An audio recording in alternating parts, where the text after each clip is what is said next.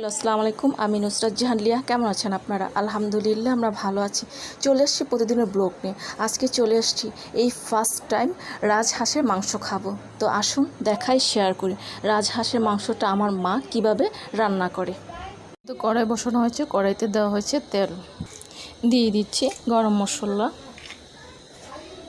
পেঁয়াজ,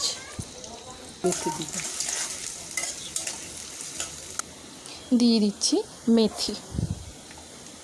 এখন সব কিছু ভালো করে ভেজে নেওয়া হবে।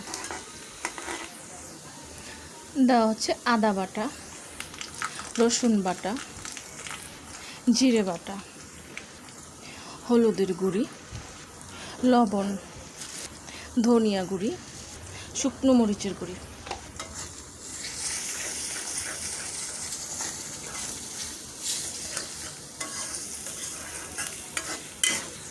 মশলাটা কষানোর জন্য দেওয়া হচ্ছে পানি।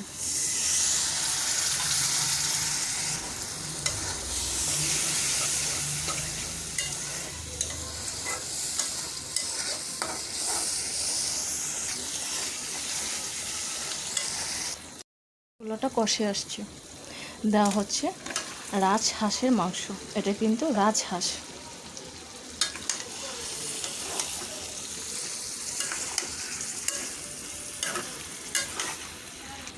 দেওয়া হচ্ছে পেঁয়াজ। পেঁয়াজটাও দেওয়া হয়ে গেছে। আবারও বলে দিচ্ছি, এটা কিন্তু রাজহাঁসের মাংস।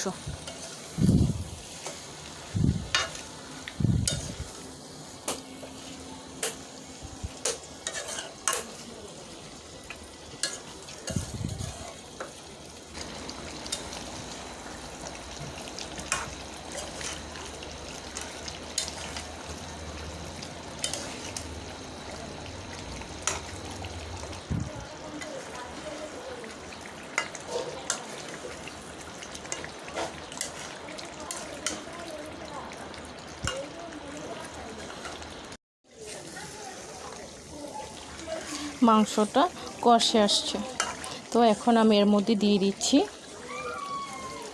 ঝোল।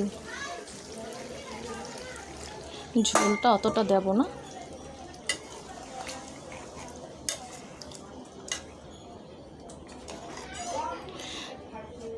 ঝোল দেওয়া হয়ে গেছে, ব্যাস।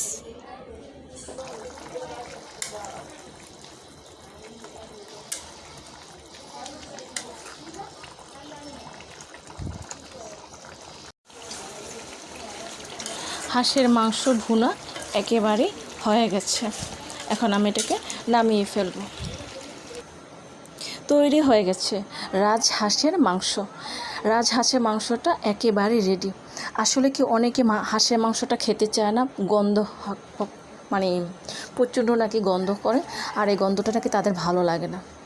কিন্তু আমি বলবো, হাঁসের মাংস কখনো ঝোল দিবেন না। হাঁসের মাংসটা একটু বেশি করে মশলা দিবেন আর একটু ভাজা ভাজা করে নেবেন, তাহলে দেখবেন নর্মাল অন্য সব মাংসের মতনই খেতে। আর রাজহাঁসের মাংসটা এই ফার্স্ট টাইম আমাদের খাওয়া, জানি না কেমন হবে। তো যারা রাজহাঁসের মাংস খান প্লিজ কমেন্টস করে জানাবেন। ভালো লাগলে আমাকে কমেন্টস করে জানাবেন, সাবস্ক্রাইব করে দেবেন, আমার পাশে থাকবেন আর আমাকে অনেক অনেক সাপোর্ট করবেন। আজ এই পর্যন্তই। সব ভালো থাকেন, সুস্থ থাকেন, আবার আসবো। আল্লাহ হাফেজ।